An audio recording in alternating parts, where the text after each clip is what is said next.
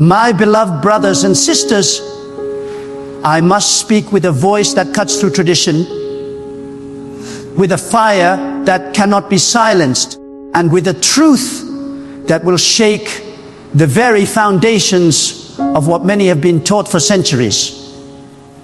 Listen carefully, because this message is not meant to soothe, but to awaken. For too long, the people of God have been enslaved by man-made doctrines, shackled by religious institutions, and blinded by practices that have nothing to do with the heart of God. And one of the greatest deceptions that has crept into the house of God is the practice of tithing. Yes, I declare it boldly before you today. Tithing is a sin because it twists the truth, manipulates the faithful, and makes the worship of God into a transaction. Open your ears and let your spirit be alive. Do not turn away from these words. Do not allow fear, tradition, or the pressure of men to drown out the voice of God that is speaking through this truth. You have been told for years that if you do not give 10% of your income, you are robbing God. You have been threatened with curses, with financial ruin, with the loss of blessings. You have been made to believe that your worth before God depends on the amount you place in an envelope. But I ask you, my friends, can the Almighty God, who created the heavens and the earth, who feeds the birds of the air and clothes the lilies of the field, be reduced to a God who demands a percentage? Can the Eternal One, who owns all things, be bribed by your coins? To believe this is to diminish God, to bring Him down to the level of greedy men who twist His name for profit. Do you not see? The moment you treat God as if He were a merchant trading blessings for money, you have fallen into sin. The moment you give out of fear rather than from the purity of your heart, you have entered into bondage. And the moment religious leaders use the pulpit to pressure you into giving while living in wealth and luxury, they commit a great sin against God and against the people. Tithing has become a system of control, not of love. It has become a weapon to rob the poor rather than a fountain of generosity that flows freely from the heart. The truth, my friends, is this: God never asked for your percentage. God asked for your life. God never said, give me 10% and keep the 90 for yourself. No. God said, Al is mine, you are mine, your life, your breath, your possessions, your soul, all belongs to me. When you live with that understanding, you realize that putting a limit, a calculation, a formula on your giving is an insult to the greatness of God. It is sin because it places human mathematics on divine relationship. It is sin because it cages the freedom of the spirit under the weight of legalistic tradition. Let me speak with plainness. When a man gives because he is threatened, his giving is corrupted. When a woman offers money because she was told God will curse her otherwise, her offering is not holy. It is tainted by fear. And when a congregation applauds itself for fulfilling a law that God did not require, they are not worshiping. They are deceiving themselves. True giving is not a tenth, nor a calculation. True giving is surrender to God with all that you are, with all that you have, in every moment of your life. Anything less, anything forced, anything manipulated is sin. Now, some will resist this message. They will say, but we have always tithed. My response is simple: tradition does not sanctify a lie. Others will say, but my leaders told me God will not bless me unless I tithe. I tell you now, when you rely on men to interpret the heart of God for you, you make them your masters instead of God. Still others will say, but how will the house of God survive without tithers? And I thunder back, the house of God is sustained by God Himself. If a work is truly born of God, then the God who calls will also provide. If a ministry collapses because tithes are not collected, then that ministry was not built on the foundation of God, but on the foundation of human greed. Do not misunderstand me. I am not against giving. I am not against generosity. In fact, I proclaim with all the fire within me that generosity is the very essence of living with God. But generosity must be pure, not polluted by threats. Giving must be from love, not from fear. Offerings must rise from joy, not from guilt. God loves a cheerful giver, not a fearful one. And when you give cheerfully, when you give freely, when you give without calculation, you are no longer bound by sin. You are free in God. My friends, tithing is a sin because it is used as a replacement for true devotion. People believe they can live however they please, commit whatever sins they desire, and then wash their conscience by giving 10%. But God cannot be bought. God cannot be bribed. God is not mocked. You cannot live in darkness and then think your tithe will open the gates of blessing. No. God demands your heart. God demands your obedience. God demands your holiness. And when you give your life fully to God, your giving will not be a percentage. It will be unlimited. You will give your time, your energy, your compassion, your love, your resources, your everything, because you will understand that all of it already belongs to God. Do you see the deception? Religious leaders have turned God's people into spiritual accountants. Instead of teaching surrender, they teach calculation. Instead of calling you to holiness, they call you to percentages. Instead of leading you into the depths of God, they trap you in the shallow waters of financial obligation. And so entire congregations live in bondage, thinking they are pleasing God by handing over a portion, when in reality, their hearts remain untouched. That, my friends, is sin. That is the greatest tragedy. When God sees you, He does not measure your worth by the amount in your pocket. He does not look at your tithe slip or your bank statement. He looks at your heart. He looks at your surrender. He looks at whether you are living for Him in truth. God is not impressed by numbers. God is impressed by obedience. And obedience is not measured in 10%. Obedience is measured in whether you are willing to say, God, all that I am and all that I have is yours. My beloved, listen carefully, for I speak with urgency, as one who carries a burden too heavy to remain silent. There are truths that comfort, and there are truths that cut. What I speak now is the latter. It will cut through the lies. It will pierce through the deception, and it will strike down the falsehood that has enslaved many. When you hear this, do not resist it, for it is the voice of awakening. Tithing has become one of the greatest stumbling blocks in the life of those who claim to walk with God, because it has shifted the focus from devotion to transaction, from surrender to calculation, from worship to business. And anything that shifts the heart away from God is sin.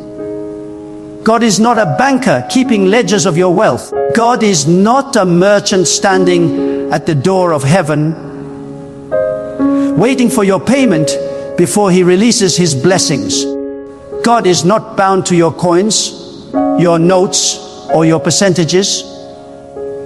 To think so is to reduce the Almighty to the level of men. It is an insult to the infinite, a corruption of the holy, a mockery of the one who gives without limit and sustains without condition.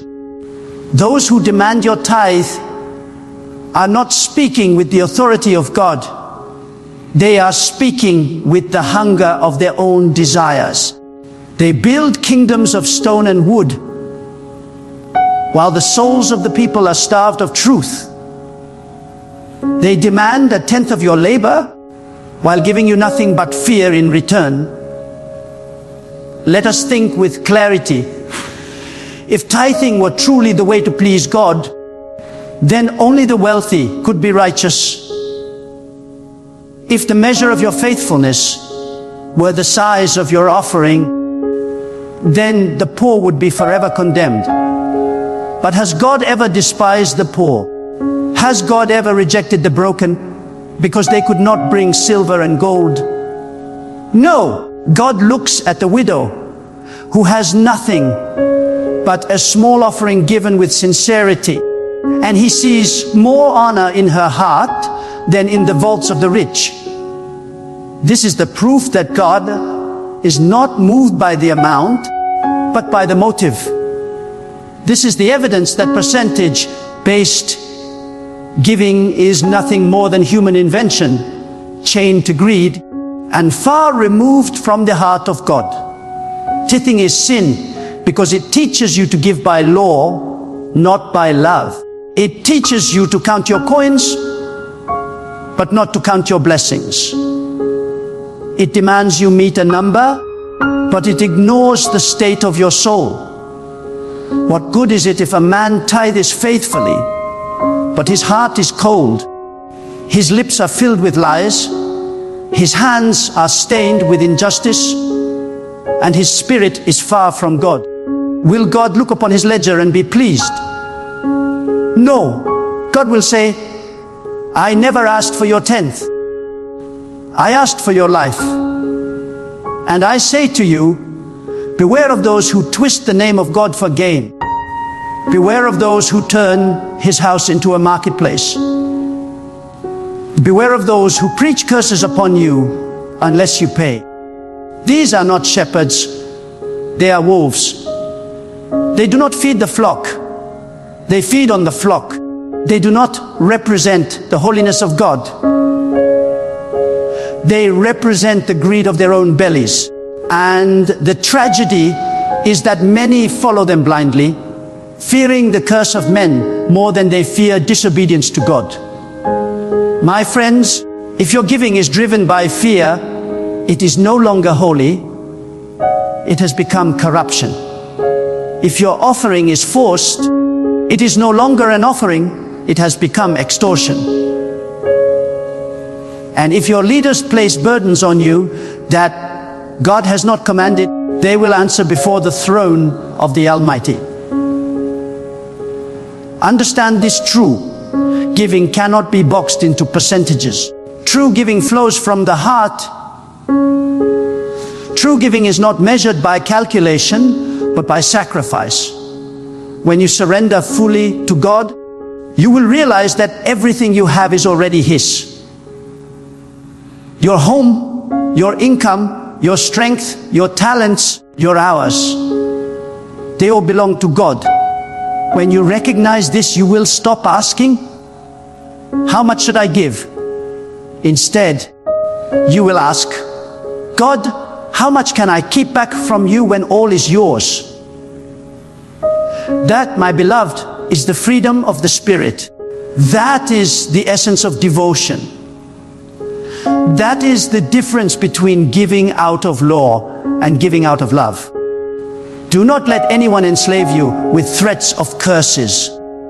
For God is not waiting to destroy you because you missed 1/10 of your salary. God is not petty, counting your mistakes with a calculator in his hand. No. God is merciful. God is generous. God is boundless. The one who curses you for not tithing is not speaking for God, but against him. For God blesses freely, not conditionally. He opens the heavens, not because you paid a price, but because he is faithful to those who trust him. And hear me, if you give a tenth, thinking you have satisfied God, but you ignore the needs of your neighbor, you are in sin. If you place money in the hands of religious leaders, but turn away from the hungry, the thirsty, the orphan, and the oppressed, your tithe becomes an offense. God does not need your money. He desires your compassion. God does not require your tenth. He requires your justice. God does not hunger for your coins. He hungers for your heart.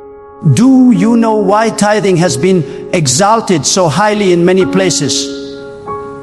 Because it is easier to manipulate money than to demand holiness. It is easier to command percentages than to preach repentance. It is easier to build buildings than to build souls. And so men have chosen the path of convenience, enslaving the people to law while ignoring the call to purity. But I declare to you today, God is not mocked. God will tear down every system that elevates money above truth. God will strip the masks from those who exploit his name. And God will raise up a people who will serve him with undivided hearts, unshackled from tradition, free to love, free to give, free to live wholly for him. So, my beloved, break free from the chains of this deception. Do not let your relationship with God be reduced to mathematics. Do not measure your faith by the size of your envelope. Do not think your standing before God can be bought or sold. Give to God with freedom, give with joy, give with compassion, give with the knowledge that everything belongs to him already. And when you live like this, you will see a life overflowing with peace, because you will no longer live under the burden of obligation, but under the freedom of devotion. My beloved, lean in and listen closely, for the truth I speak is not a whisper, but a thunder that shakes the very ground of falsehood. There are times when a preacher must comfort, but there are also times when a preacher must confront. Today is a day of confrontation with a lie that has walked too long among the people of God. This lie has wrapped itself in garments of holiness. It has stood in pulpits. It has raised its voice with authority, but beneath it all, it is deception. And I say it without fear. Tithing, as it is preached and practiced today, is a sin because it corrupts the purity of devotion and entangles the heart of worship with the chains of money. God is not a collector of fees. God is not sitting in the heavens calculating percentages as though he were an accountant of men. To imagine so is to shrink his majesty to the level of our systems. God is far above such limitations. He is the owner of all things, the giver of every breath, the sustainer of every heartbeat. What can you possibly offer him that is not already his? What coin, what bill, what portion of your labor can you claim as yours to begin with? Everything in your hand is on loan from God. When you understand this, you will see how shallow and distorted the practice of tithing has become. The tragedy is that men have used tithing not as a call to holiness, but as a tool of manipulation. They have built empires of stone and marble while the poor weep in silence. They have preached curses on the faithful if they fail to pay, while they themselves live in comfort, luxury, and ease. They stand before the people with smiles on their faces, but behind their smiles is the hunger for more wealth, more buildings, more power. And all of this is done in the name of God. But I tell you, God is not mocked. God sees. God hears. God will not remain silent forever. Those who misuse his name for profit will one day tremble under his judgment. Now, do not mistake my words. I do not say that giving is wrong. Giving is holy when it springs from the fountain of love, when it is born out of gratitude, when it flows from a heart that knows everything belongs to God. But when giving is chained to fear, when it is driven by guilt, when it is demanded as a condition for blessings, it ceases to be holy and becomes polluted. God does not delight in coerced offerings. God delights in free will. God delights in the soul that says, I will give not because I must, but because I love. I will give not because I am threatened, but because I am grateful. I will give not because I calculate, but because I surrender.